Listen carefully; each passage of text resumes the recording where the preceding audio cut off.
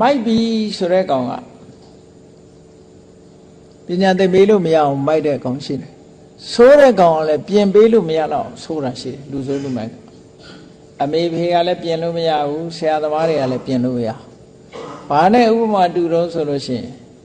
နော်ဘလောက်အမေမိဘကောင်းဆရာသမားကောင်းတွေ့ပေမဲ့လို့သူကဘယ်တော့မှကောင်းတဲ့ဘက်ကိုပြောင်းလဲမလာတဲ့သူဆိုးရရှိသေးတယ်လူဆိုးလူမိုက်အဲ့ဒါကိုမြတ်စွာဘုရားကဘာနဲ့ဥပမာပေးတော့ဆိုဟင်းမွေရောင်းမနဲ့တူတယ်တဲ့ဒီကောင်ဟုတ်တာပေါ့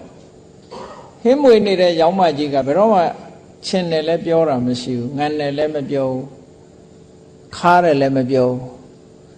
အများအားသူဟင်းအိုးမျိုးစုံသူမွေးနေရတာဒါပေမဲ့ချိုးချင်းငံဆက်ဆိုတာသူဘာတကူမှမသိဘူးနော်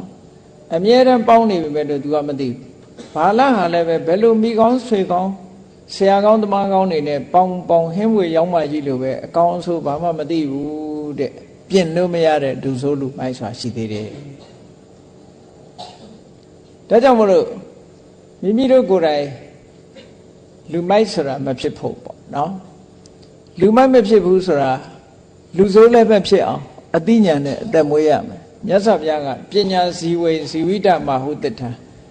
လူဘဝရလာတယ်ဆိုလို့ရှိရင်အသိပညာနဲ့အသက်မွေးရမယ်တဲ့အသိပညာနဲ့အသက်မွေးတာဟာအကောင်းဆုံးပဲအရာရာမှာအကောင်းဆုံးအကြောင်းကျိုးစဉ်းစားဆင်ခြင်ပြီးတော့နေထိုင်ရမယ်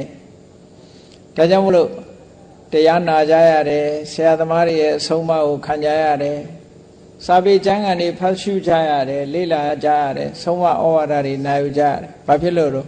အခုလိုလူဆိုးတို့လူမိုက်တို့ဘဝကလွတ်ကျွတ်အောင်လို့ဒီလိုပြောတာနော်အသိဉာဏ်ရှိလာလေလေလူမိုက်ဘဝကလွတ်လေလေလူမိုက်ဘဝကလွတ်လေလေလူဆိုးဆိုတာမဖြစ်လာတော့ဘူးပေါ့လူဆိုးဆိုတာမဖြစ်လာတော့ဘူးဒီလောကမှာလူတွေကအဆိုးအကောင်းတို့အကျိုးအကြောင်းတို့နားမလဲတော့ဘူးဆိုလို့ရှိရင်လူဘဝရတဲ့အခါမှာဘာတွေနဲ့အသုံးချတတ်တုံးလူတွေကလူရဲ့စိတ်ဟာပပတ္တမေရမတိမနောလို့ဆိုတဲ့အတိုင်းလူရဲ့စိတ်ဟာမကောင်းတဲ့အလုပ်တွေပေါ်မှာမွေးလျော်တယ်ပြောပိုက်တယ်ဥပမာဆိုတော့တရားနာလာဖို့ရနဲ့ပွဲကြည့်သွားဖို့ရပေါ့ဒီနှစ်ခုပဲရှင်ကြည့်ပေါ့ပွဲကြည့်သွားဖို့ကြတော့လွယ်လွယ်ကူကူသွားနိုင်တယ်ဘာလို့ရှိစိတ်ကိုကလေဒါလူတိုင်းတော့မတူဘူးပေါ့တပည့်တော်တို့ကတော့ပွဲမကြည့်ပါဘူးတရားပဲနာတာပါဆိုတဲ့လူလည်းရှိမှာပေါ့ဒါတော်တော်လေးပြုပြင်ထားလို့ကောင်းလာတဲ့သဘောပဲကိုယ့်ကိုယ်ကျင့်အားရမှာပဲနော်ကိုယ့်ကိုဒါဒီဘဝထဲပြုပြင်ထားတာဟုတ်ချင်မှာဟုတ်ဘဝကကြိုက်လာလို့နော်ကောင်းတဲ့စိတ်ဓာတ်တွေမွေးလာလို့ဒီလိုဖြစ်တယ်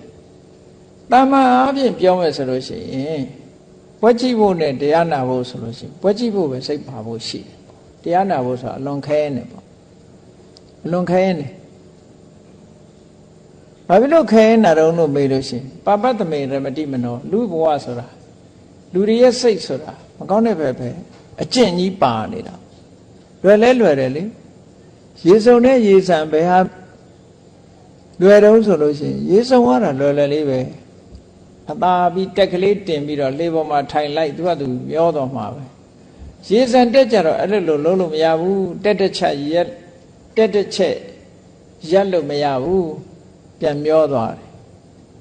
အဲ့ဒါကြောင့်မို့လို့မြတ်စွာဘုရားရဲ့တရားကောင်းတဲ့အလုပ်တွေဆိုတာရေဆံနဲ့အလားတန်တူတယ်အမြဲတမ်းလှော်ခတ်နေရတယ်အမြဲတမ်းကြိုးစားအထုတ်နေရကြိုးစားအထုတ်မှုမရှိဘဲနဲ့သူ့ဘာသူတော့ဖြစ်မလာဘူးလို့ဒီလိုပြောတာနော်အေးလောကမှာလူရလို့ဖြစ်လာတဲ့အခါကျတော့အလွယ်လန်းကိုလိုက်ကြတယ်အပျော်လန်းကိုလိုက်ကြတယ်ရေစုံလန်းကိုလိုက်ကြတယ်ရေဆံလန်းကိုမလိုက်ဘူးပျော်ရာကိုရှာကြတယ်တော်မဲ့ရာကိုမစင်စားဘူးတော်ရာကိုစဉ်းစားပြီးလှုပ်တဲ့လူဆိုတာလက်တဆုပ်စာလေးရှိတာနော်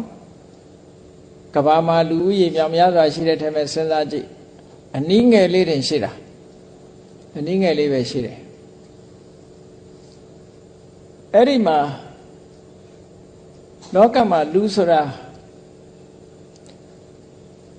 ကောင်းတာလည်းလုံးမိတာရှိတယ်မကောင်းတာလည်းလုံးမိတာရှိတယ်တန်တရားမှာတခါတခါစိတ်ကောင်းလေးဝင်လို့ကောင်းတာတွေကိုလုံးလိုက်ကြတယ်စိတ်ဆိုးစိတ်မိုက်ဝင်လိုက်တဲ့အခါမကောင်းတာတွေလုံးမိတယ်